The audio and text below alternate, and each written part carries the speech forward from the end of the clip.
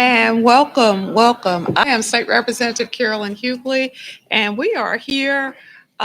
Georgia State Representatives are here to welcome you to our Georgia Freedom to Be Heard hearing. We're delighted to be in Savannah tonight.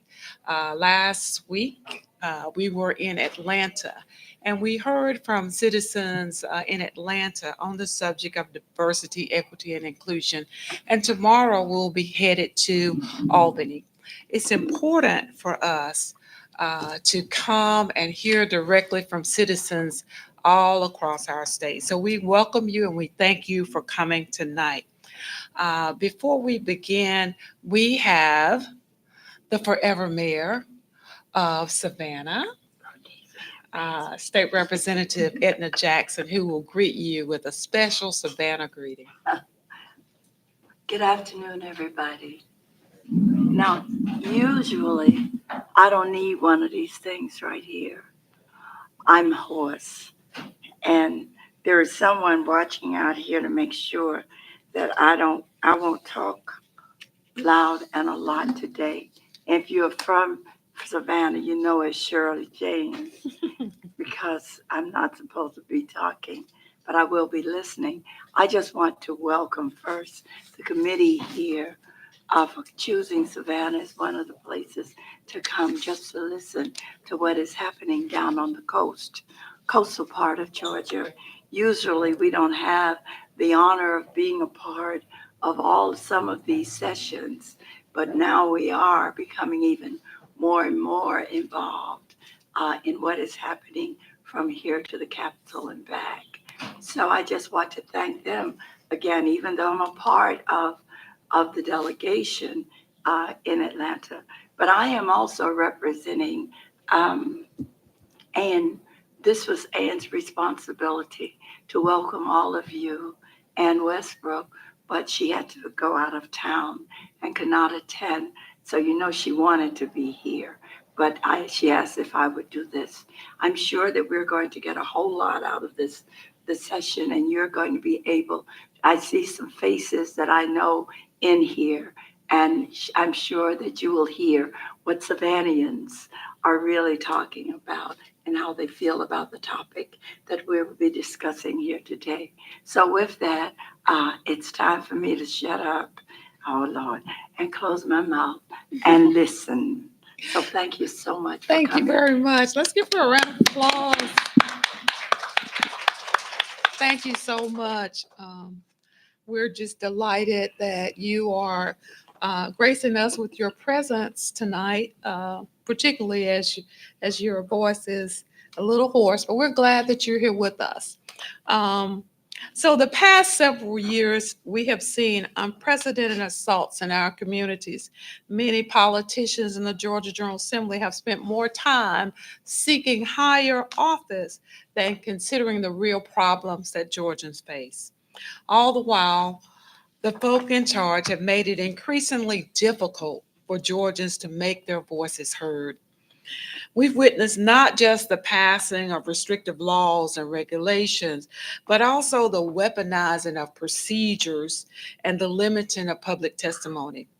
All of this was designed to suppress the voices of constituents impacted by dangerous political decisions. I knew, and my colleagues here knew, that this could not stand, and that could not be our new normal. So we find ourselves here tonight convening the second of our summer field hearings because we want to bring the legislature out to the people.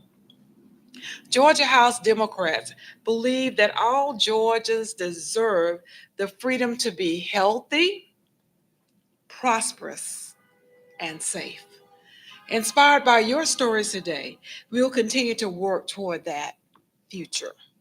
So I want to thank you again for being here tonight to stand up for what we believe in and to help make truly free Georgia possible. Thank you for continuing to try to make a difference in your communities, and we're so glad that you're here. So before we begin tonight, This hearing will be conducted as a traditional committee meeting. So if you come and visit us at the Capitol, it'll be just like that. So we'll recognize our speakers and we'll ask them to come to the podium to offer their remarks. And since we have a small house tonight, we're not going to put you on a timer. Uh, and you have what most people do not get in front of the members of the legislature, a free reign to tell us your thoughts, because we really want to hear from you. And as the title says, this is a freedom to be heard hearing, and we want to hear from you.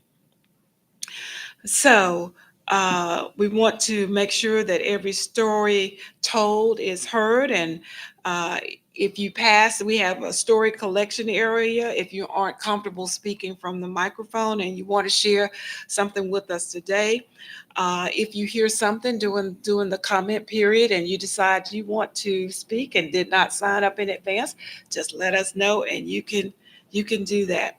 Also, we have QR codes set up, and you can scan the QR code and upload your video on your own time if speaking to us doesn't work for you today. So before we begin, we want to acknowledge the presence of a special guest, Representative Ramesh Abari. She's all the way from the Tennessee legislature, and we're glad that she's here with us tonight. Y'all can do better than that. This is Georgia. So before we begin, we're going to um, let our other members on the panel introduce themselves. And our topic tonight is diversity, equity, and inclusion. And the representative from Tennessee is here because we are partnering with our colleagues from the Tennessee legislature and from the Florida legislature and the Ohio legislature. And they're doing the same thing in their state to hear from citizens about the topic of diversity, equity, and inclusion. And you notice throughout the country, there have been a rollback, and people are a little shy about saying diversity, equity, and inclusion. Mm-hmm. But we know that the diversity of this nation is its strength. And diversity is just about making sure that everyone has an opportunity to pursue the American dream. And that's why we have a diverse panel here, because we believe everyone's voice should be heard. And so I'm going to yield to, we're going to go ladies first, if you don't mind. Ladies first. Ladies first. So we're going to yield to our colleague, Lisa Campbell, to offer any opening remarks that she might have. She might have some comments from our first meeting to let you know about that if she'd like, or just introduce herself, whatever she'd like to do. Whatever I'd like to do. Okay. Well, it's wonderful to be here tonight. Thank you, Chairwoman Carolyn Hughley, for inviting me to participate and my colleagues in this series of events, very critical, I think, to the future success of our state. My name's Lisa Campbell, and I'm the State House Representative for House District 35, which is a metro Atlanta district. We have some cities in our district. Kennesaw, which you may know of as Kennesaw State University, is in our district, Ackworth, and a little bit of Marietta. And I'm so excited to be here specifically in Savannah, and thank Representative Edna Jackson for being here with us tonight. You know, in the work that we do represent districts, and each district is unique in many ways, but almost all of our policies affect all of us statewide. And so I'm really interested to hear from everyone in this room tonight, specifically about the things that have your experiences related to diversity, equity, and inclusion. I'm curious to know if in the course of your life, how policies that we've had in place for 20, 30 years now have impacted you. And I'm also very curious to understand how in the recent couple of years, a legislative pushback and removal of DEI policies may be impacting you. Now, I came just now rolled in from the Georgia Literacy Council meeting, and I was thinking about the conversations there about how did we get to this place where our children don't know how to read. And I believe strongly, but I want to hear from you about lack of equitable opportunities, barriers, closed doors that have prevented our children from fulfilling their potential. And so I'm eager to understand and listen, but then take what you share back with us to the Gold Dome so that we can be strong, consistent, vocal, joyous, insistent, persistent advocates for making sure that we don't go back, that we in fact move forward, that we are making sure that there is a space and an equitable opportunity for all of us. Yes, in education, early learning, childcare, K through 12, university, technical colleges, career opportunities, but also healthcare, also opportunities for jobs, for inclusive economic things like business loans, mortgages, all the things in our lives, equitable opportunities to drive on safe streets and live in safe communities and have libraries and be able to play and live and have the families we want and to be able to pursue really what we all talk about frequently as the American dream, as the Georgia dream for all of us. So thank you so much for letting me do whatever I want, but also just thank you all for being here tonight. Thank you, Representative Long. Yes. Good evening, everyone. My name is Long Tran. I'm a state representative in the northern Metro Atlanta area, consisting of the cities of Dunwoody, Doraville, and Chamblee, House District 80. Thank you to the chairwoman for bringing us here to Savannah. I think it's important for us to hear from every corner of the state as to how DEI affects their community. And I echo everything Rep. Lisa Campbell says. And our state is quickly changing. For Savannah, you've got a big Hyundai plant that is being built that's going to affect your community and diversify your community. You're going to see more Latinos and not just Asian and Latinos, but you're going to see folks from Africa and the Caribbean as well to fill the workforce labor needs. And so our ability to work together as a multiracial, multi-ethnic community is key. And so when I see the attacks on DEI, I see the erasure of the ability to work together as a multiracial, multi-ethnic community. Thank you so much. When we met on August the 14th, we were at the National Center for Civil and Human Rights in Atlanta. And their DEI director gave us an overview of how we got to this place. And he said that DEI dates back to the Freedmen's Bureau, where entities were put in place to provide opportunities for those who have been left out. And every time there is an opportunity put in place, there has been some pushback to that opportunity. So he went from the Freedmen's Bureau to affirmative action all the way to DEI. And he says that it's going to evolve again. He said, soon we won't be calling it DEI. We'll be calling it something else because there is pushback from some in the business community. I believe he said one told him that we want to pay you for your services because we value diversity, but don't put DEI on your bill. If you do that, then we can't pay you. So he says this is going to evolve, and it will evolve. And every time we move forward, there's a push backward.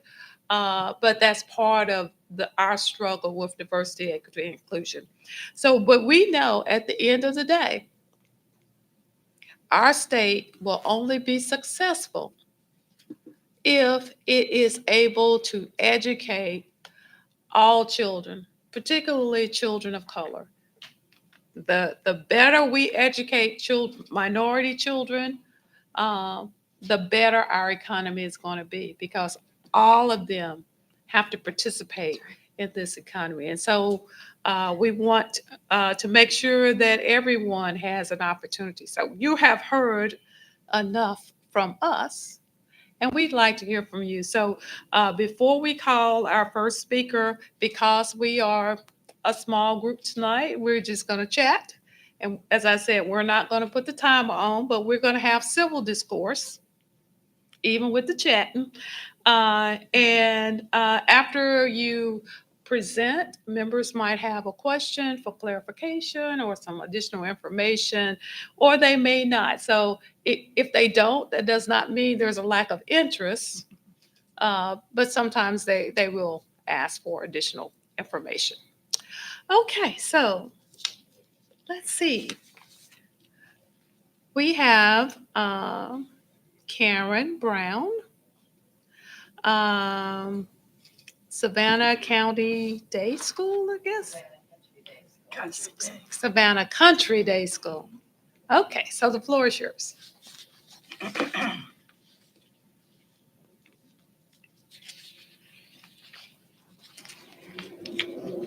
Well, thank you. A special thank you to you for letting me be part of this very important discussion on diversity, equity, and inclusion.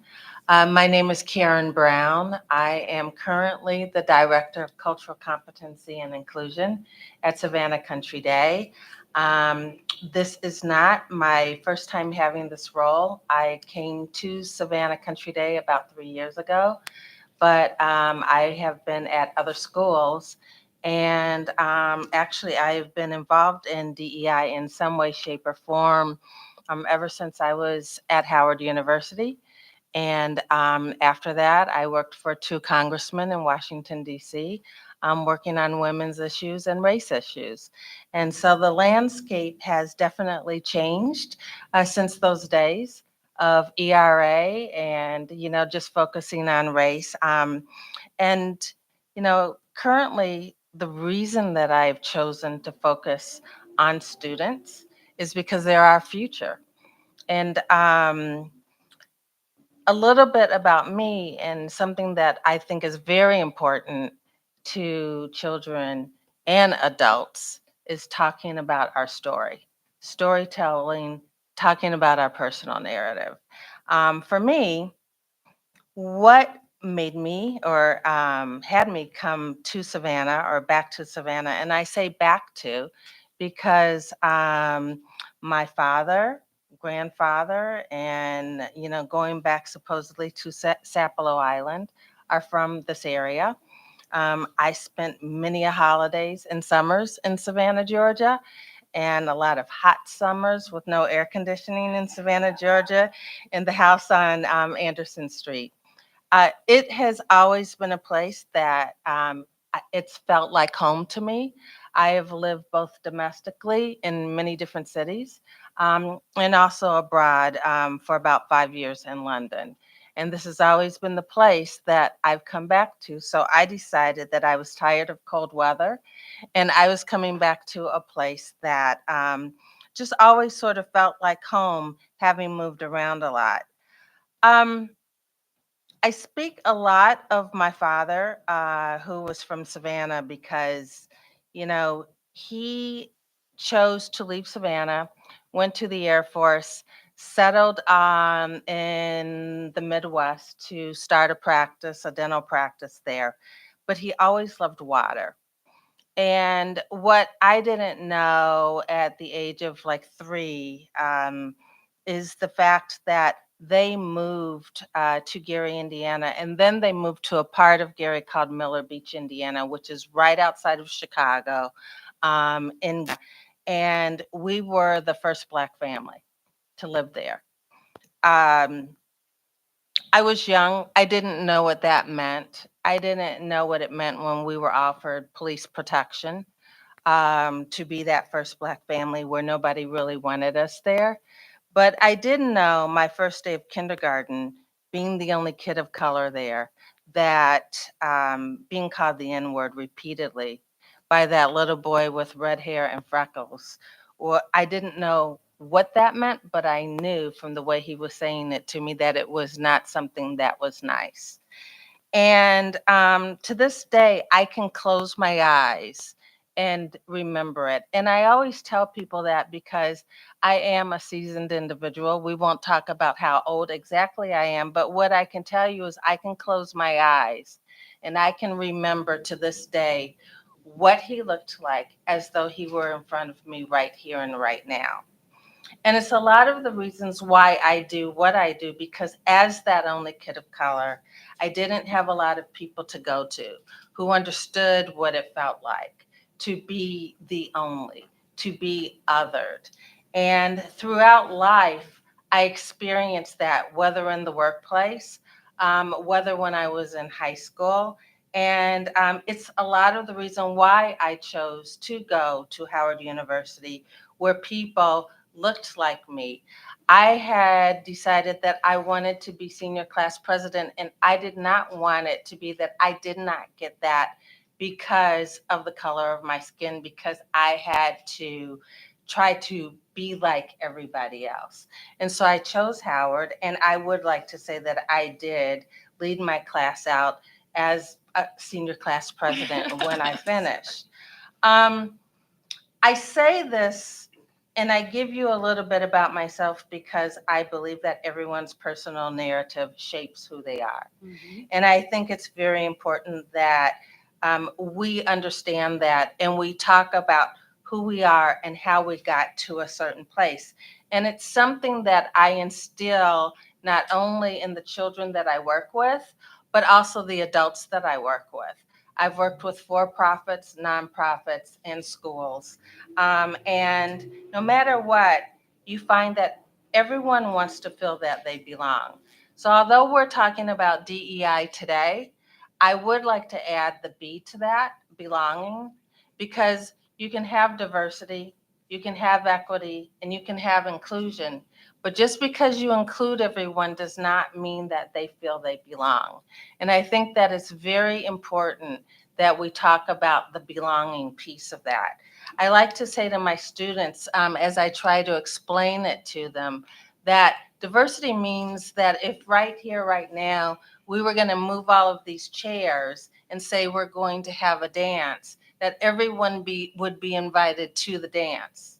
All right. Inclusion means that, like, hopefully everyone is asked to dance. But belonging means that you can dance any way you want. And everyone will be like, oh, that's Karen. She has no rhythm. She dances like that. And so that's why I think it's very important.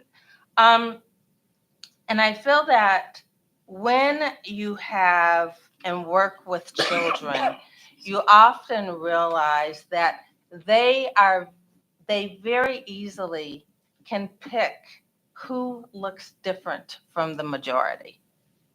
You know, they like to be the cool kid. They like to be the one who jokes around. And as I tell them, microaggressions are not funny. They are not jokes. And it's very important that we understand that one should never feel that they don't belong based on the color of the skin, how big they are, how tall they are, whether or not they have different religious beliefs, who they choose to love, and it is, or their socioeconomic status. In my business, we call these things cultural identifiers: race, ethnicity, nationality, sexual orientation, family structure, ability, socioeconomic status.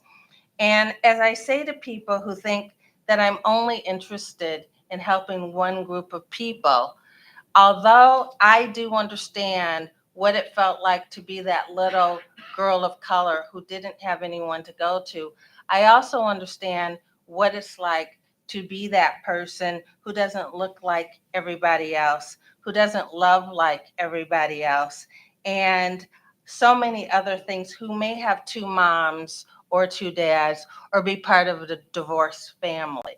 And so we have to be very careful and how we choose to differentiate. And instead of celebrating our similarities, we need to celebrate our similarities and our differences. So people often say to me, well, Karen, why do you think DEIB is important? And I say to them, because communicating and learning from each other, we learn about each other. We learn with each other. And there should be no teasing, bullying, talking about somebody, gossiping, just based on where they live, the accent that they have. And it is something that we need to understand that we're all different. And my father used to say to me when I go home and say, well, so and so has this. And he'd say, Karen, there's always going to be someone who has more money than you, who's smarter than you, who has a bigger house than you. But you have to be comfortable with who you are. And I think it's very important that we understand that we do all think differently. We have different political affiliations or religious views, and we need to discuss why. Um, for instance, as I tell my students, if you see somebody, instead of just like staring at them in that wheelchair, maybe go up and ask a little bit about their wheelchair. Or if they're from a different country, share your culture. I lived in a different culture in a different country with my 3 children for 5 years. And I remember sitting at a table with a group of people from that country, and they kept asking me about being an American, and I kept referring to myself as an African American. And they said, why are you doing that? Because here, and this was in the UK, like, we're British. And you keep referring, it was like the 3rd time I said I was African American. But that's what I had been told I was. And they said, but you're American to us. And so I think that's something that we have to realize, that here in America, we have been told that we have to put ourselves in a box. And it's very important that, again, we understand the fact that many of us, most of us, have 2 eyes, 2 ears, 2 feet, etc. We get up out of the bed, we sleep every night. And so it's important that, again, we celebrate our similarities and our differences. Why is it that one might celebrate Ramadan or Christmas or Kwanzaa or Hanukkah? We need to be learning about that and teaching our students that just because someone doesn't do the same thing that you do does not mean they're any more than or less than. It's important that we really try to learn from another's viewpoint. I don't ask my students to carry everybody else's banner. But what I do and what we do ask is that you understand why they want to carry the banner. And I think that's very important. We have to understand who we are and why those things that have happened in our lives have shaped us for who we are and what our personal narrative is. But lastly, what I want to say is that we want our children to be kind and understanding, and understand that we all wear different shoes, different shoe sizes, but we all put our shoes on, not all at the same time, but the left foot, the right foot, or the right foot and the left foot. And this is something that we need to be kind, understanding, and respectful to all. And that's something that I think in education, although we are trying to do a lot and teach our children a lot, they are our future, and we just hope that we can bring them up as kind adults. So thank you very much for having me. Thank you so much. Y'all give her a round of applause. Before you go, we're going to talk to you a little bit. So I'll go first. Uh, as legislators, what do you think is the one thing that we can do to help foster the DEIB for all school children? I think we have become so politically correct that we've lost the art of communication. And I think that it is important for us to understand, as adults and as students, that we need to learn about each other. You know, we need to learn about the different religions that are out there. We need to learn about why are you dressing a certain way. We need to learn about the different holidays that people celebrate. And I think the more that we learn about each other and where we're all coming from, the more we will, understand why a person is who they are. Colleagues, anybody else have a question? Well, thank you so. Well, Can Oh, I? Go Yeah, ahead. go ahead. Oh, I just lost my place. Do you feel, I am always talk to my friends about these kinds of things. And I always feel that this has done a lot to keep us from talking to each other and learning about each other. Do you feel that that has played a role through the years? So it has taken away so much of the social gatherings that we're not talking. Oh, We're not absolutely. Text messaging has become the phone call that we used to have. When I was growing up, you picked up the phone and you said, "Hi, this is so and so. May I speak to Karen Brown?" Like these days, you don't even know who your children are friends with, who they're talking to. They're texting. They don't. I remember telling my son as I was driving him someplace and we were late, I said, "Call them and tell them we're on our way." He texted and he's like, "Well, he's not responding to my text." I said, "No, call them." And he refused to call. He's like, "Mom, they don't do that anymore." And to the point where it is not only being in schools. A lot of schools now are taking the cell phones away. And Savannah Country Day School this year has become a no cell phone school during the day. And we are trying to get back to having that culture of conversation and not going on when you have a break and looking on your phone, or even taking pictures of things and commenting and putting things on social media that you should or should not be doing. And so I think we are not the only school here in Savannah that's doing it, or across the country. And people are starting to think about when exactly do we need that phone and why. Thank you. Go ahead. I'm curious to know, it sounds like there may be many examples of this, and they may be so obvious to you, but as you think about the mission for the schools and the organizations that you've led, what are some of the benefits of having DEI practices? What maybe at the school, at the educational level specifically, if there are? Right. I think the benefits is the fact that we as humans are always learning, and we come from different backgrounds.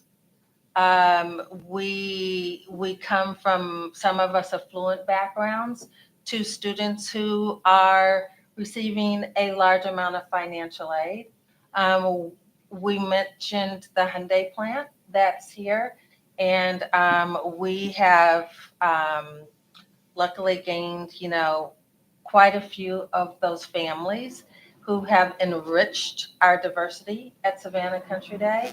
And we have now been able to share the experiences of people who've come over to the country and celebrate who they are, celebrate the Korean alphabet, learn of when they come to our multicultural fair and they bring their food and their joy of what it is like to be a person who steps foot in this country for the first time, and to share not only their culture and their traditions, but also it's a great opportunity for our children to learn from others. And I think the same for adults. having done this work for so long, I can say that everyone wants to be part of something, and they don't want to feel othered, and they don't want to feel left out. And whether it is a female who is part of an organization that's predominantly male, whether it is a Black student who has never been to a predominantly white institution, whether it is an international student who's come here to live for a few years and immerse themselves in a community, everyone wants to feel that they have a place, whether it's an organization. And I think the benefits of talking about it and learning about it is that people are saying, oh, I know more than I did yesterday. And doing that means that they have more of a connection. And connection is really important, because if I have a connection to you and I've learned a little bit more about you, then I won't feel the need to say you're different. And therefore, I'm going to decide to try to other you. I'm going to say, I've connected with you and I've learned more about you. And now we can further that conversation and get to know. And so I'd say the benefits of, diversity, equity, inclusion, and belonging is really relationships and connection that builds community. Thank you so much. We really appreciate you coming Sure. and being with us. Thank you. Our next speaker is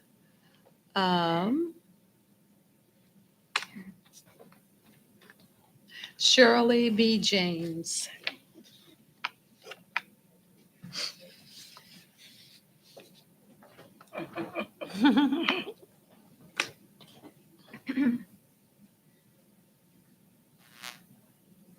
Good afternoon to each of you, and thank you for coming to Savannah, Georgia, to hear what we have to say here.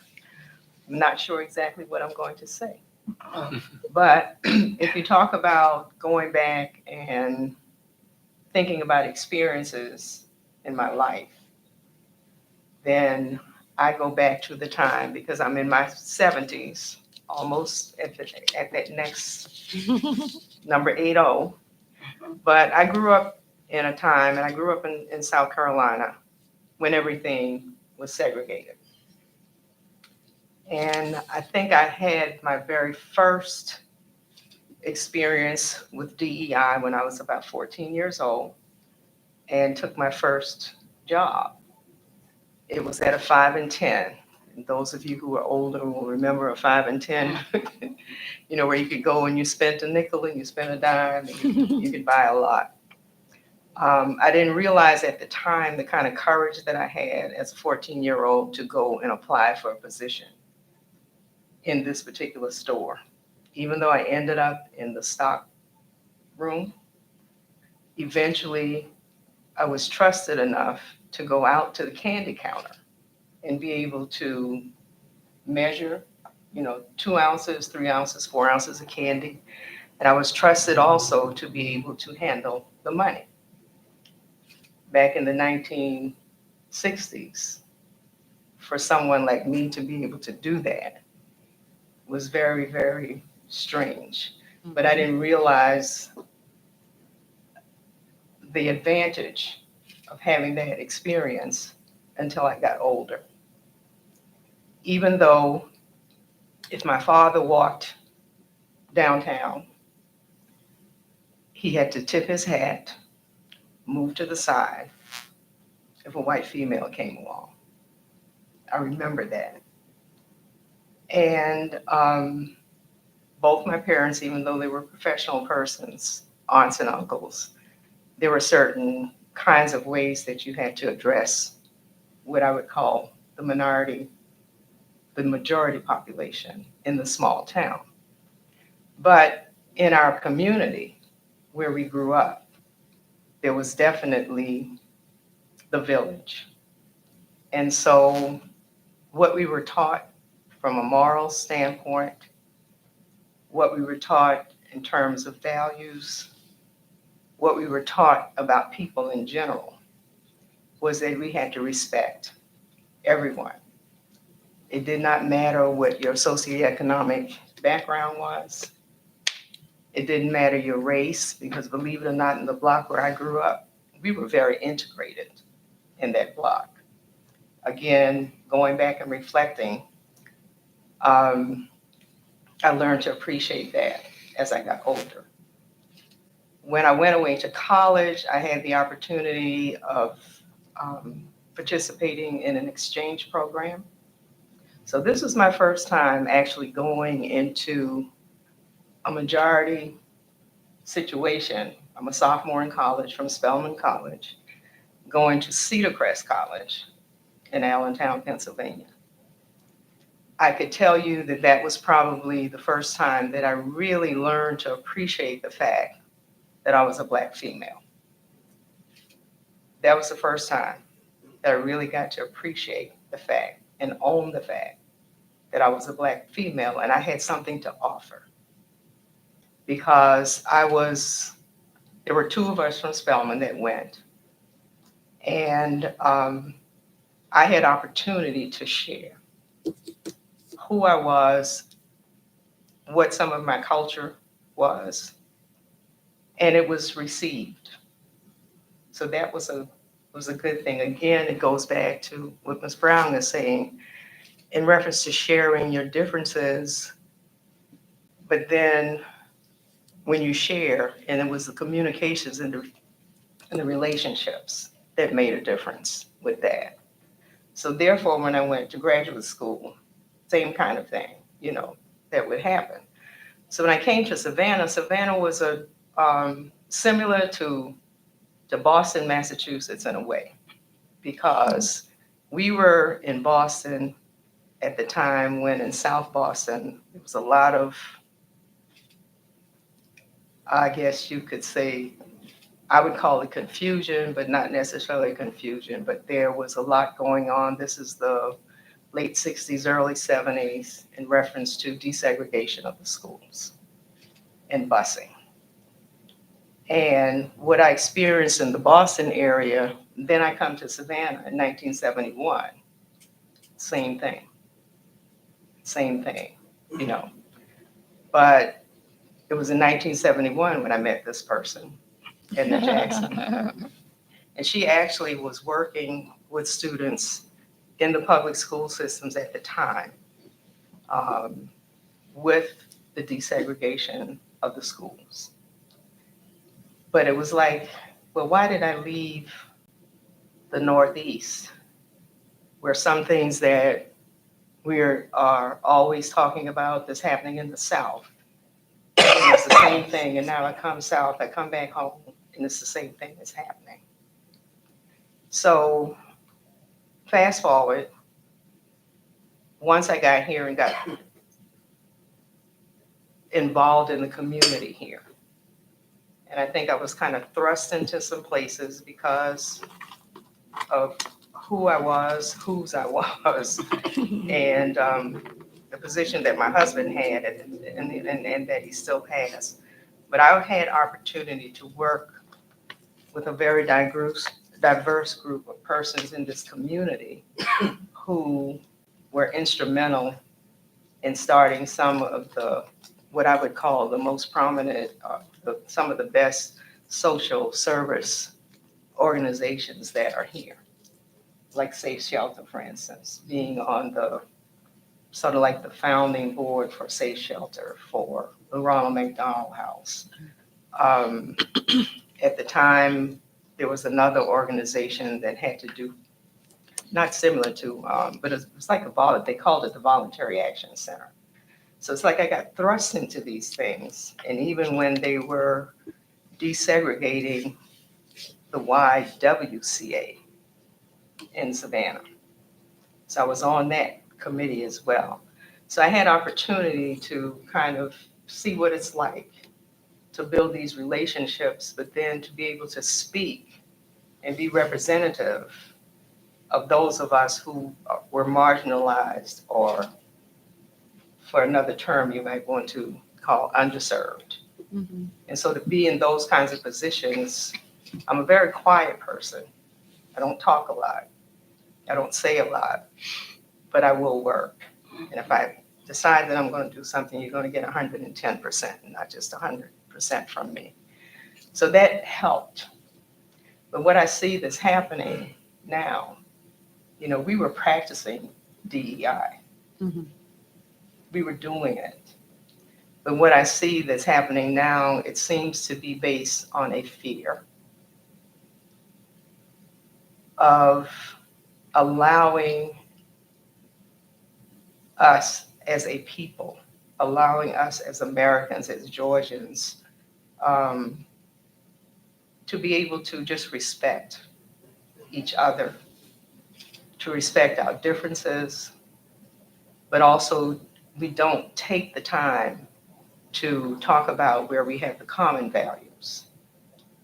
Even though some of my opinions about things may be different from someone else's, we don't know, and we have lost the way to communicate with each other, that we can agree to disagree in a civil way. Mhm.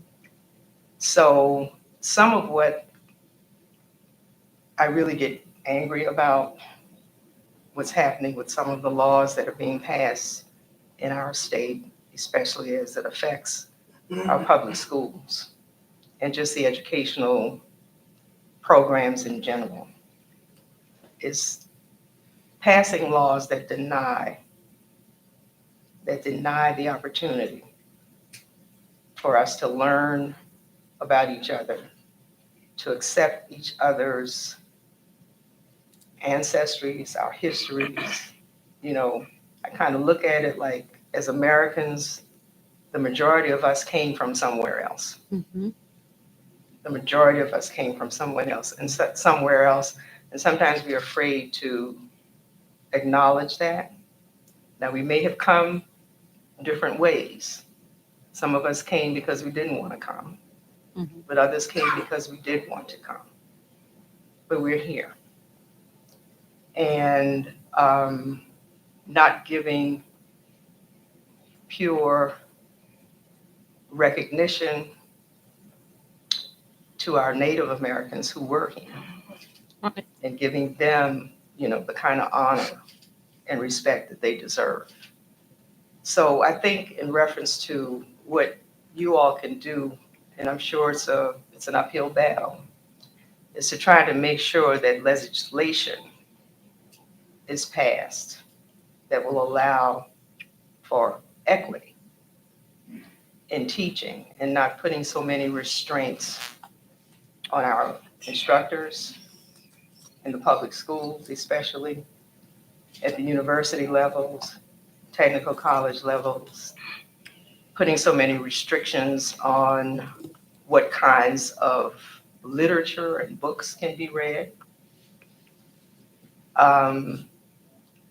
I had opportunity, and maybe some of you saw as well, an episode on 60 Minutes where there was a group, and I think in Beaufort, the Beaufort County Schools, where they actually, in reference to dealing with the banning of the books in that area, Mhm. it took about a year or maybe a year and a half. But they had a wonderful, diverse group of parents, teachers, etc. And looking at the list of banned books that were actually given to them, Mhm. they had opportunity to read those books, to really, discuss what those books were about. And in the end, they may have ended up having some caution about such a minimal number of the books that were there. Mhm. So sometimes we listen, I like to say we listen to the noise and we don't critically think about what we hear. That's something else. I don't know if you can pass legislation on it or not, but we don't do a lot of teaching critical thinking. We don't do a lot of that Mhm. any longer. I'm very much involved with voting. It's a whole nother passion of mine. But I do think in reference to talking about the fairness and equity of elections and having respect for fair elections, the more and more rules that are passed, in my opinion, are really destroying our respect Mhm. for what we call equal access to the ballot. The harder you make it, in my opinion, then that says there's something wrong with trusting, and we don't trust our constituents to make the right decisions. Mhm. The harder you make it, then that's saying that, I like to put another label on it, it's kind of giving legality to cheating. So I'm just gonna leave it at that. Okay. Well, thank you so much. I want to give you a round of applause as well. And thank you for letting us borrow your friend. You're welcome. Did you have something? Okay. All right. Sure. You don't I have have to. lots You of don't have questions. to ask the No, question. I know, but it sounds like you've had many different experiences with, you mentioned several large organizations, and I'm curious to hear in your words, when you are on these volunteer organizations or the Voluntary Action Center or the YWCA or within the educational system, when you had a purposeful group come together with diversity, how did that change the outcomes? I think it made the outcome more positive. It really did, you know.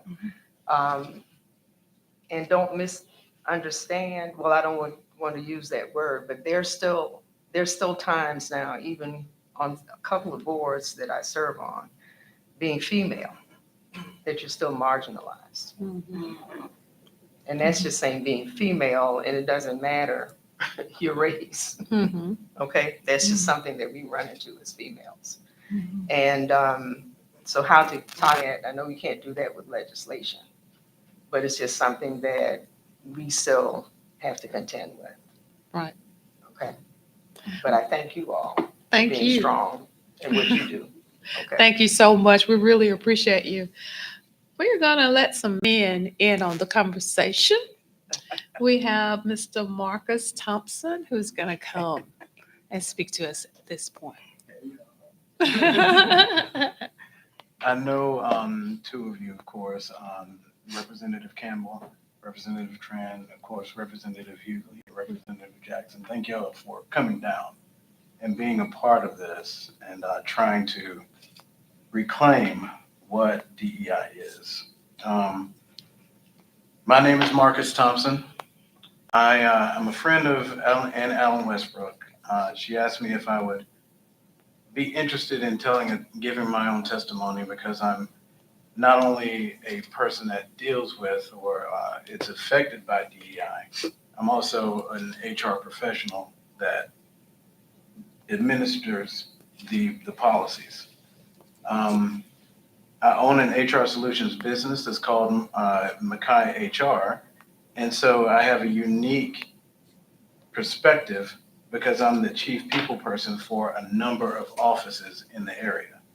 So when I say I see DEI both in its disguises and in the open, I do it. I have and I see it on a regular basis, and I have tons of fodder to talk about.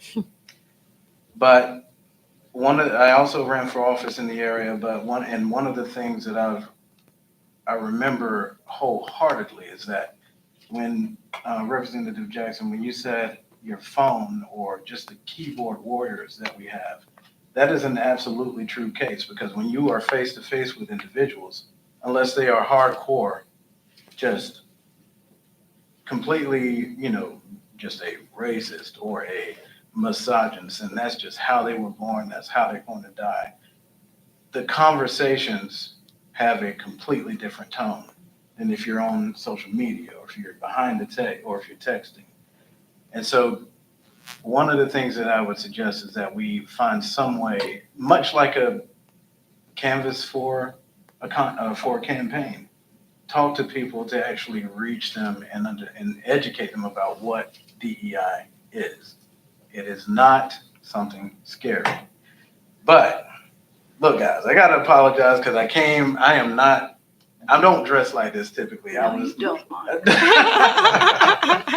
I was actually visiting my niece in North Carolina, and I had this on my calendar, and I misjudged my time, and I drove straight here from North Carolina. But I was visiting my Wow. niece.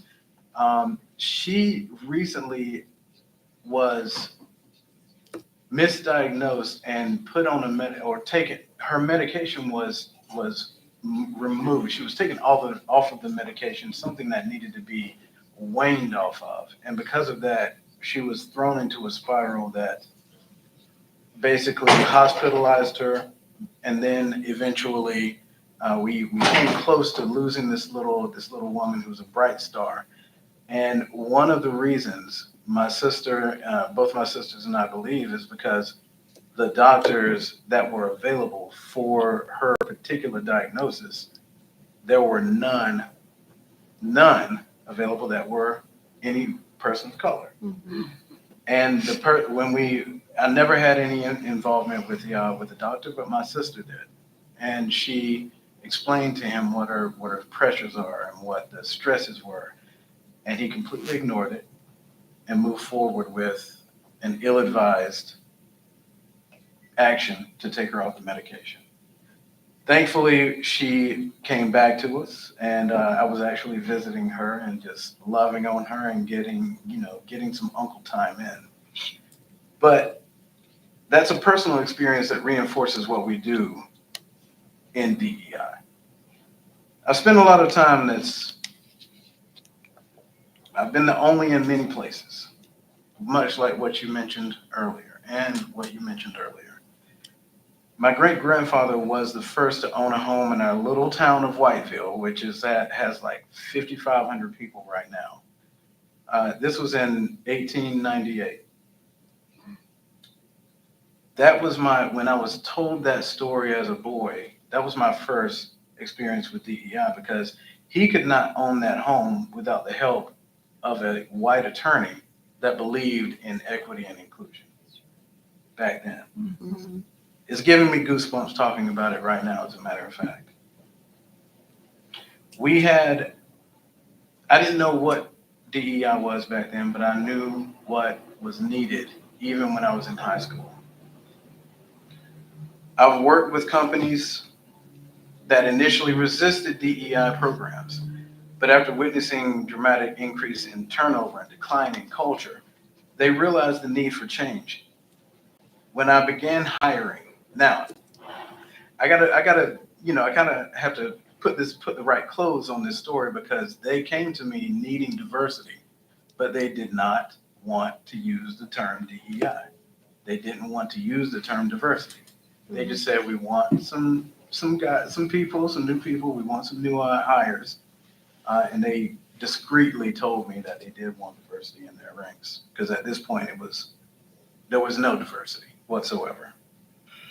But when I began hiring, I focused solely, and this is key, on the most qualified individuals based on resumes, screenings, and interviews. And the result was a diverse group of highly skilled professionals, and it was brought about by natural means. I did not focus on hiring just diverse people of color. It happened naturally. That is DEI in its most unadulterated form in my eyes. The talent pool that I've cultivated includes top tier candidates, from support staff to surgeons to attorneys to nurses to other HR professionals. Diversifying the workforce doesn't just check a box. It enriches understanding of the diverse patients and clients that we serve. So regardless of whether or not you want your workspace to be monochromatic, if you want to understand your patient base, your client base, the people that you communicate with and interact with in your community, then you must have a diverse thinking, a diverse experience. It enriches the understanding of diverse patients and clients we serve, ultimately leading to better outcomes for everyone.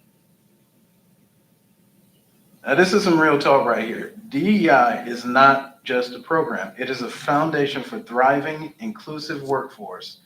And when done right, it builds a stronger and more resilient organization. Now, the truth about DEI is that it's become a specter, a monster in the dark to be feared because it has the audacity to potentially change the status quo. Any change in anything that we're used to, we've learned as a country that is something that's difficult to swallow from time to time. My purpose has always been to challenge this misconception and to reveal the true value of diversity, equity, and inclusion.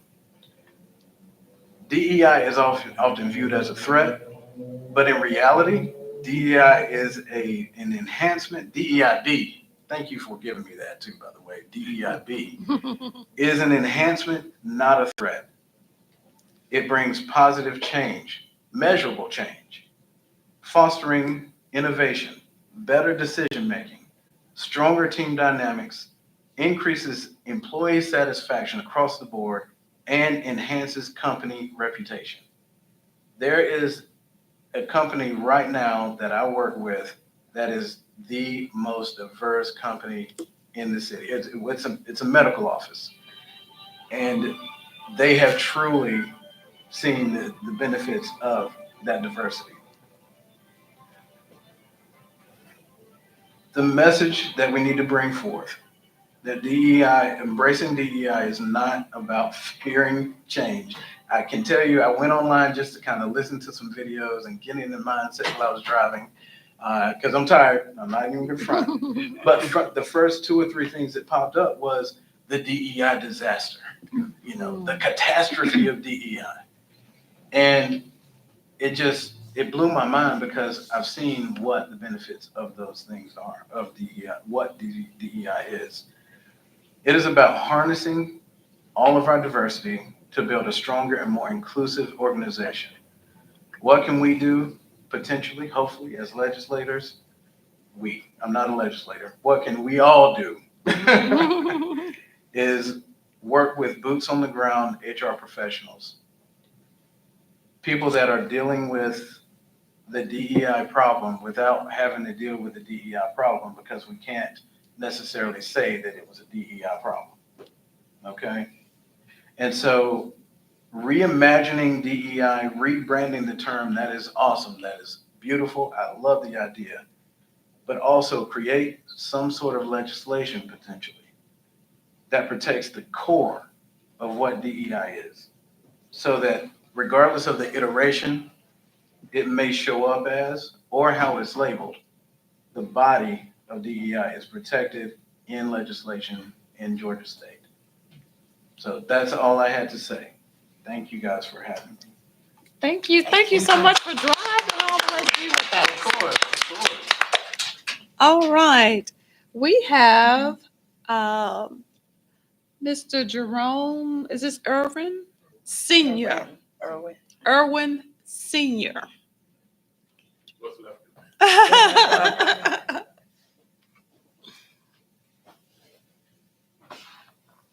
Good afternoon. Good afternoon. Good I afternoon. want to thank each of you for being here, coming to Savannah to listen to what we have to say. It's not often that we get heard. So everyone should be thankful for you being here. My name is Jerome Irwin Sr. I am president of an organization that's named Savannah Building Futures, past president of Savannah Regional Central Labor Council, now vice president of the Labor Council, past president of the A. Philip Randolph Institute. I'm also a minister of the gospel. We come and stand before you today because we have a problem, and it's not just in Savannah, Georgia, but it's in Georgia, period. Our state has been labeled cheap labor, number one. We have a governor that don't mind selling the state for what it is, cheap labor. We have our young students who are graduating from high school, that all of our students are not going to college, and they're left out in the streets. They're left out in the cold. As during the time I was president of the Labor Council, I went to a meeting with the Savannah Builders and Trades, and I saw that they had apprentice programs. But the programs at that time was run as a good old boy program. If you didn't know somebody, you couldn't get in it. That's when I went out and created Savannah Building Futures. We went to Alfred A. Beach High School. We went to Robert W. Groves High School. We got 6 kids from each school, put them in the apprentice program. Those 12 kids graduated out of the program. Now, those 12 kids are making well over 6 figures. Our school system has failed us in some ways. They push college and push college, but then they moved the mechanical programs and just took them out of the school system. Everybody's saying go to college, but when they go to college, everybody that's going to college just about just got a grant to go to college. They come back with $20,000, $40,000, some of them even more than that, are in debt. When our kids graduate from our apprentice program, they're not in debt. They go to a technical college, they're in debt when they come out. But when they come into our program and get into our program, there's no debt behind them because they earn as they learn. Once you get a student and put him to work, and he works 8 hours a day, he has no time to be in the streets, running the streets, and doing mischievous things. So we help curtail crime. We help the economic system by giving them something to do, giving them work. They move from a poverty class to the blue collar class of workers. They become valuable citizens when we can teach them how to dress properly, how to act on the job, and then we be able to give them the incentives that they need. So for some of our kids have been so poor they don't even have the clothes to go to work, but we can do that for them. And if we do this for these kids, and we have the ability to do this for the kids, then just think how many people we could save and how much crime that can be reduced if we take the time to invest in those students that are not going to college. Everybody that doesn't go to college isn't bad, but what to do, we give them the opportunity to get out there and be with those that are bad. And there's an old saying that birds of a feather flock together. So we have to break that chain. We have to be able to get into the public school system. When these kids are like in sixth grade and start telling them and start teaching them that there is a better life than being a thug on the street and seeing what they see on television. We have to give them that inspiration to come up and be somebody. We can't stop and just let and take our hands off them because, like the young lady said, they are our future. Mhm. And if we want them to be our future, and we want to see what our future look like, we have to mold our future and give our future the starting point that they need, and just be able to work with them and give them what they need. They're not gonna always do everything like we would do it, but we need to be there so that they, when they do have a problem, they can come back and have somebody they can turn around and say, "Well, I messed up. How do I fix this?" And that's what we at Building Futures our aim is, and we thank y'all. So, what type of trades are included in your apprentice program? We do all types of building and trades, all the welding, iron workers, uh, electrical work, carpentry. We do it all. We are moving into electronics. Is in about 3 months we'll be moving into electronics. So we have been working around the clock trying to make sure that we can give these kids what they need. Well, I just want to say thank you for what you do because our children need diversity of opportunity, and that's what you're providing, diversity of opportunity, and you're showing young people that first of all, you want them to be a good citizen, and they can choose how they want to earn their living. And I tell you, when something goes wrong, the doctors are calling the young people that you are training. Because if the doctor's toilet's messed up, or if the doctor needs something, he's gonna call them. And sometimes I've heard friends who are doctors say that they charge more per billable hour than I do.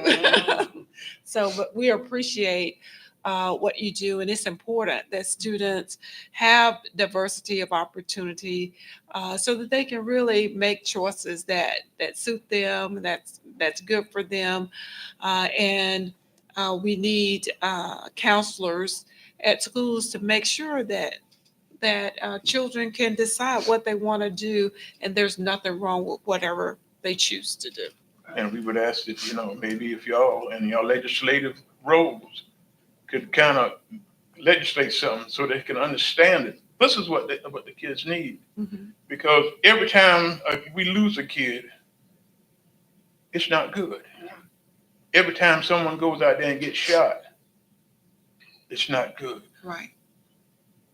So we're here to try to curtail that and stop the crime and give them a life to live. Thank you. Hi. Representative Jackson. It's more of a statement. Mr. Irvin, thank you so much for bringing this to us today. One of the things, that I found out when I went up to the legislature, I wanted to know, why is it that our unions and what have you were not eligible to receive money for training the students that want to go into those areas that we have. We look at it. I serve on higher education, and as part of what we do in our higher education, we take care of the technical schools. But the unions have always had training programs. But as you said, everybody have not been able to get into the training programs. And I think that is something that we need to look at even more, as a result of what we're doing here today. Because if they're going to give the money to the schools and the kids have to get in there and graduate and then go on the job, whereas like with unions and your organizations, it becomes more of on the job training. And by the time they finish and they're ready for graduation from high school and what have you, they can go out there and they're becoming very productive by the mere fact that they're out there now. But yeah, you don't hear that talked about in the legislature. And maybe that is something that we need to have our sessions on too, to show that this is a program that is working here in our community here. Thank you for reiterating that. They're glad you're coming here to this part of the May I say though that when we talk about the unions, we have had competition with some of the trade schools, the technical institutions. But A lot of the times, the students that are graduating from the technical schools have to come back to us before they can get certified, because some of the training that they get, they're not certified in it. And the school is not set up to be certified. They can teach them some of the stuff, but they can't teach them the certification. And that was another avenue, we talked about, that was brought up about, no, I'm not going to give my opinion. I'm not supposed to give my opinion. Am I? You can. Oh, Lord. We're in Savannah. That's why She said you could do whatever you want. I'm going to say it. I've worked with unions, and you know that. Right. And I think unions are very important. And I've looked at the programs where they're training programs throughout the years. And sometimes it's a better on-the-job training than what they are being taught at the technical schools, because they get out quicker out of the program where it can rotate and another group can come in faster. But I don't think that our legislative bodies are looking at it in that way. So my suggestion was, why can't the unions that we know that are certified in all of those areas be able to get some of the money for the training of these students, just like our technical school, and maybe a shorter time that they're there. I wish we would push, some of that as one of our legislative agendas for next time. I wrote it down. Okay. Very interesting. Thank you. Representative Okay. Campbell, did you have something? Well, I just wanted to say, I think you touched on it and a couple of other speakers did, but I think this idea of the equitable opportunities and some new ways to think about that too, for equitable opportunities to have a support system. Several of you mentioned, and a support system where we can learn from our mistakes. And the access to be able to make mistakes in a space where it is doesn't jeopardize our future forevermore, that we have some safety and we have some experience wise folks to help us understand what to do when we get into those situations. You spoke, about folks coming to you to say, I've messed up. How can I learn from this? And, the access to have that kind of wisdom surrounding you to learn from and to grow from, I think is also a critical part of DEI. So thank you for highlighting that. Thank you again. Thank you. We appreciate you for coming and being with us. Okay. Now, is there anyone who did not sign up that would like to add to the conversation? Come on. Tell us who you are. I actually did sign up, but in paper. Oh, okay. All right, what is your name? Daniela, can you hear me? Daniela. Yes. Okay, Mm-hmm. okay, I wrote something very quickly before. Are you because Miss now Bowers? What is it? What's your last name? Rodriguez. Rodriguez. Oh, okay. All right. Thank you. Must be on another sheet. I'm sorry. Yeah, okay. Good afternoon, everyone. My name is my name is Daniela Rodriguez, and I'm the Executive Director of Migrant Equity Southeast, or short MESE. Migrant Equity Southeast is a nonprofit that focuses on providing direct services and advocating for immigrants and refugees in South and Coastal Georgia. But speaking of diversity and inclusion, I would like to share how this concept has both impacted me and also my community. As a Latina who grew up in Coastal Georgia, and I have called Coastal Georgia my home for the last 16 years. First it was Brunswick, and now Savannah. I can tell you that I grew up not seeing a lot of diversity, equity, and inclusion. It was frustrating how institutions in education, healthcare, or government will remember DEI for Latinos, for example, only during Hispanic Heritage Month or Cinco de Mayo to check the box. Mhm. You see, in small communities in South Georgia, DEI is present, but it can do better. As a Latina from South Georgia, I find it frustrating that decisions that impact and benefit Latinos happen in Atlanta. But Latinos are everywhere in Georgia, not just in Atlanta. Mhm. For me, equity and inclusion is when someone shows up to the doctor and they are given access to medical resources in their preferred language. In the South, that doesn't always happen. Mhm. For me, equity and inclusion is when schools reach out to parents with culturally relevant resources. And of course, there's language equity. In the South, that's not always the case. Equity and inclusion is when students who want access to higher education have the freedom to do so. However, in our state, students who are undocumented are not allowed to pay in-state tuition. They're also not allowed to attend some of the public top colleges of the state of Georgia, such as UGA and Georgia Tech. These are the same states that used to ban Black students not a long time ago. This is happening because of Georgia Board of Regents Policy 416 and 434. As we speak, we are losing amazing and talented undocumented students, attorneys, doctors, and contributing members of society. They are choosing not to call Georgia their home because they don't feel welcome and they don't feel that their talents are welcome in this state. We are living education segregation as we speak.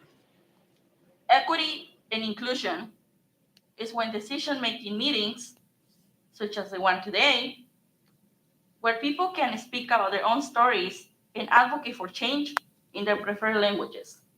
If I didn't speak English, I wouldn't be able to speak to you all. That's right. Georgia is a beautiful place, and it thrives because of diversity. When we speak about DEI, it's more than just including communities of color. It's also about giving a voice to those communities. For me, diversity, equity, and inclusion comes with a dollar sign because it means funding. It means more funding to hire DEI consultants or bilingual people, and a lot more. As the Latino community, Middle Eastern community, and AAPI community continues to grow in Savannah, and I say continues to grow because we have always existed. It's just that our number was not big enough for many people to care. And as our diverse community continues to grow in the South, we need a stronger movement. We need more action. Remember about us, not only because of our food or because of our culture. I know that our food is delicious and our culture is amazing. Remember about us, not because of our labor, which is oftentimes also called cheap labor.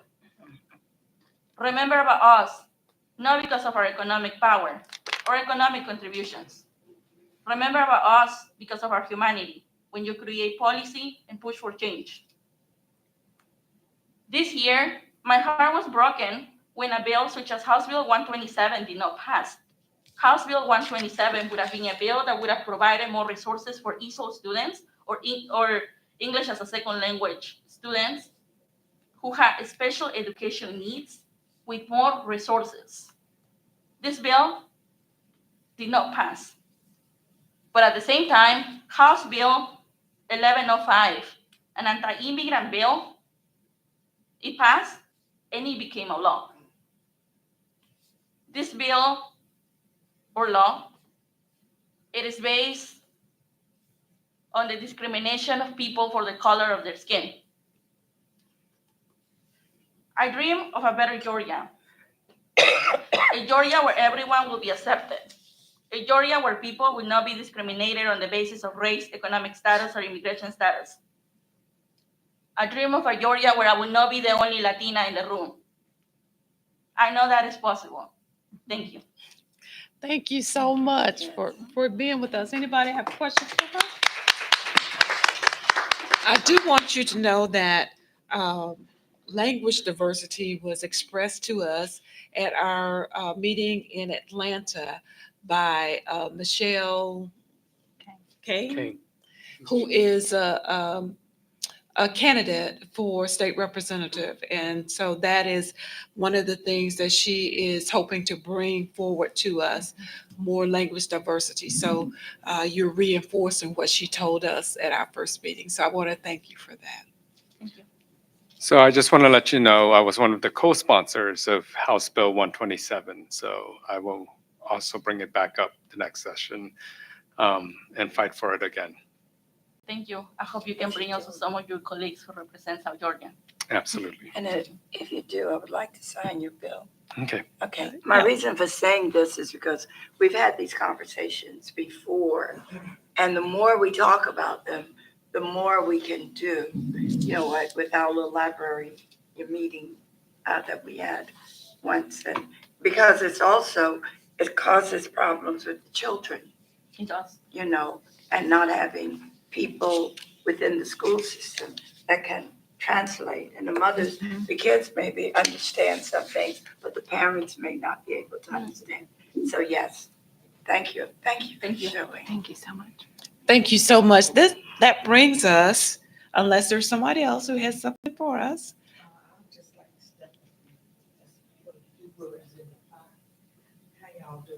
Hey. Fine. Hello. Sorry, I had to run in and out for a minute. That's all right.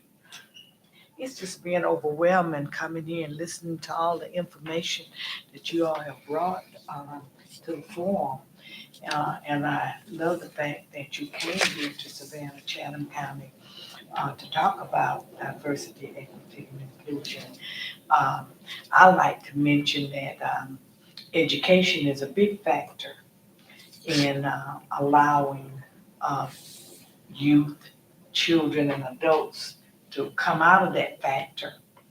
But what happens is when a child is not given appropriate or proper education because of the multifaceted reasons, too many children in one classroom, teachers not having efficient help. They have good equipment and supplies now, and that's wonderful. I'm grateful for that because that was a problem centuries ago.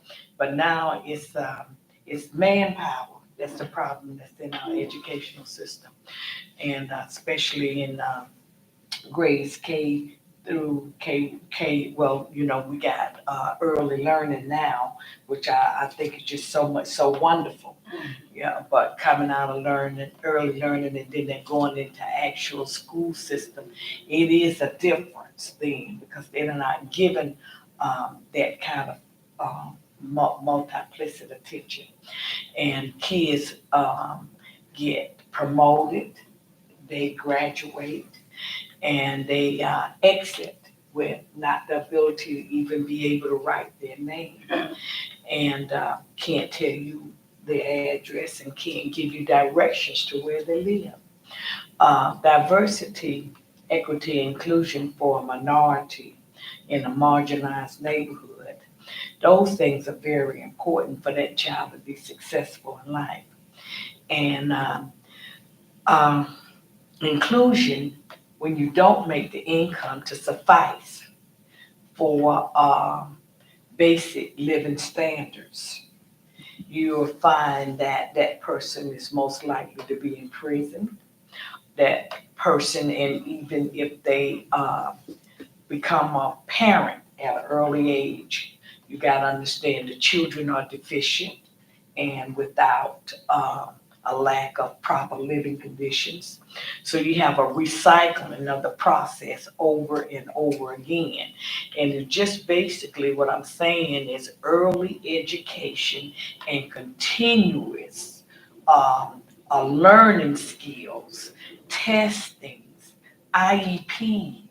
Those should be met. Social workers are back into the schools now. We work hard to get them back in. Those should be mandated principles. But you got to also look at these kids need to have proper health care too. Mhm. Some of these kids are lacking. You got a parent that have a lack of education as well as income, and say that may work on River Street and work long hours for $7 or something an hour. When and just the probability of them being able to take one child into the dentist to have a tooth not filled, but a tooth pulled.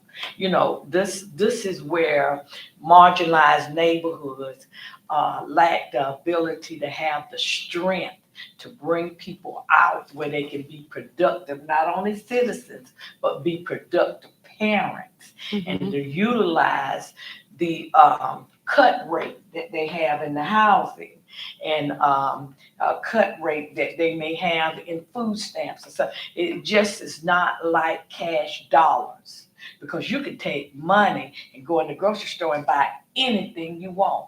But you can't do that with food stamps. You can't do that with wig. You know, it's necessities, toilet paper, toothpaste. You know, when you talk about diversity, equity, and inclusion, when you walk down the toilet paper line, you out of your zone. When you work that bleach, washing powders, aluminum foil, anything that can't be bought with subsidies, you out of your zone. Okay, but this is necessity at home in order to live normal standard lifestyle. Okay, and so you telling a parent that that's making low rated. Now, right now they say we should be making $25 an hour. That's what we should be making with the economy where it is now. You're not going to find that in Fairwood Homes. You're not going to find that in Frazier. You're not going to find that in our apartment complexes where it's the majority of our young people that's living. And even you find some older Americans in there in the high rise with the older people in the Social Security, SSI. You know, we go in and we try to appropriate them with necessitating means of living, but we can't even reach that standard. You could go into one of these high rises and there's 300 apartments in there.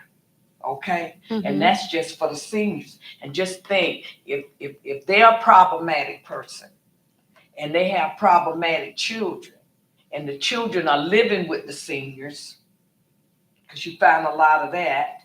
Okay, then you're talking about DEI. Okay, you got a long range goal, but you can put an end to this process in early education. And that's all I want. Thank you so much. Thank you so much. Now, because we were a small group, we did not put y'all on the timer. And I have been listening so intently that I have allowed us to go way over our time. So I apologize to my committee for that. But we're going to go with any closing remarks that any of you might want to give. We'll come down the line, start with you, Ms. Campbell. Well, I just want to thank everyone for coming and sharing. I've taken a lot of notes, and you've given us a lot of good ideas for continuing to strengthen and really, I think, make sure that not only do we not let fear mongering hijack not only the words diversity, equity, inclusion, and belonging. But the practices and the policies that we should not be rescinding, but there's so much evidence that these are positive impacts in our world that we should be expanding them and expanding them in many different parts of our educational systems, our healthcare systems, our access to the ballot, to homes, to jobs, to our communities. And so thank you so much for sharing all this. And I think for me, some of the takeaways are just really the thinking about the individual supports that we have access to or we lack that really are critical to our ability to thrive. And as a state, how can we pull together to make sure, to make good on that promise of equitable opportunities for all? We're a long way away from that, but I believe we have the money, we have the talent, we know what works. We just need to have the courage and the will to keep it going. So thank you all very much. I will continue to listen and learn and may reach out to you for additional thoughts and ideas. Thank you. Representative Jackson? Oh, thank you. First, again, I want to thank you for having this session Yeah. here in Savannah. Long overdue, but we really needed to have it. What about it? Well, hopefully, next time we will extend it, get Al, and extend it to get some of his people up here as well. But I just want to thank those of you that came out just to listen to what the residents of our community had to say.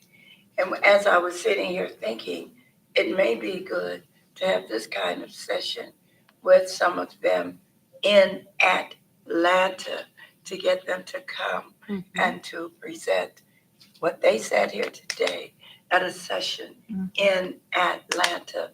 Because most people will say, oh, that's the Atlanta crew.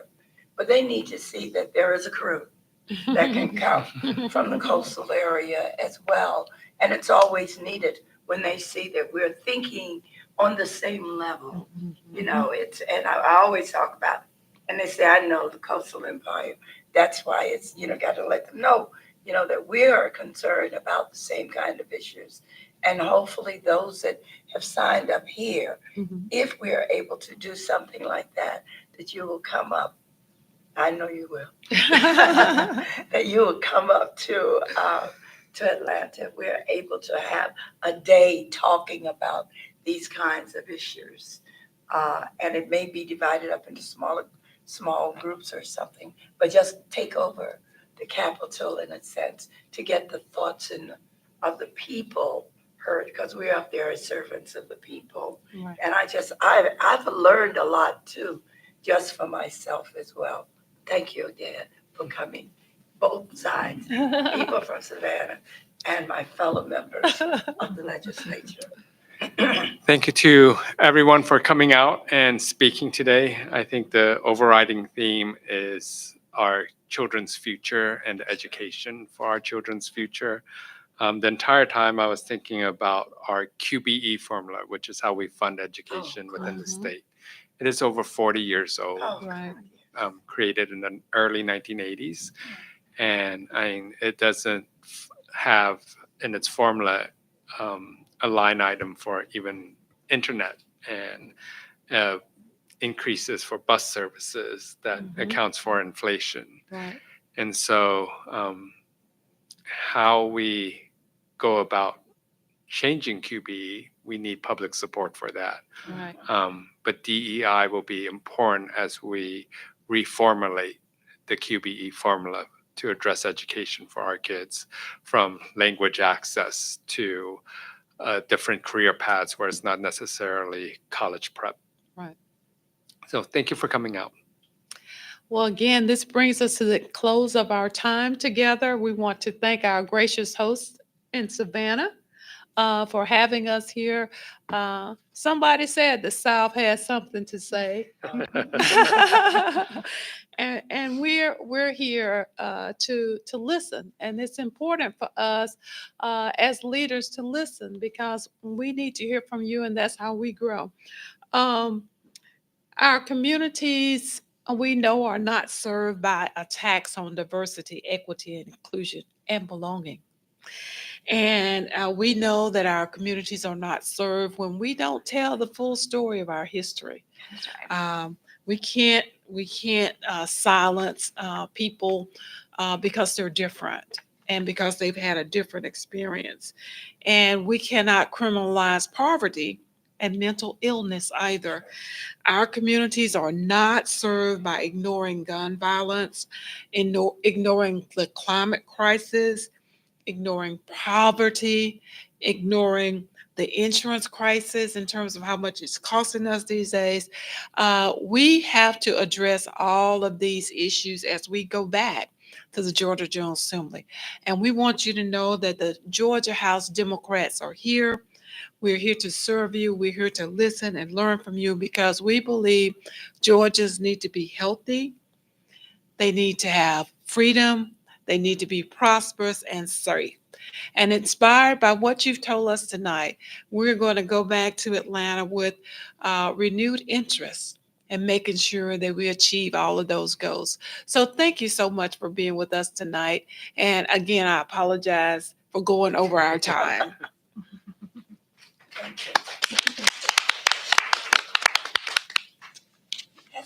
That's it.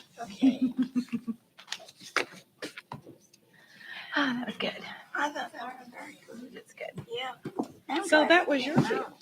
Yeah, more will Okay, go. so when you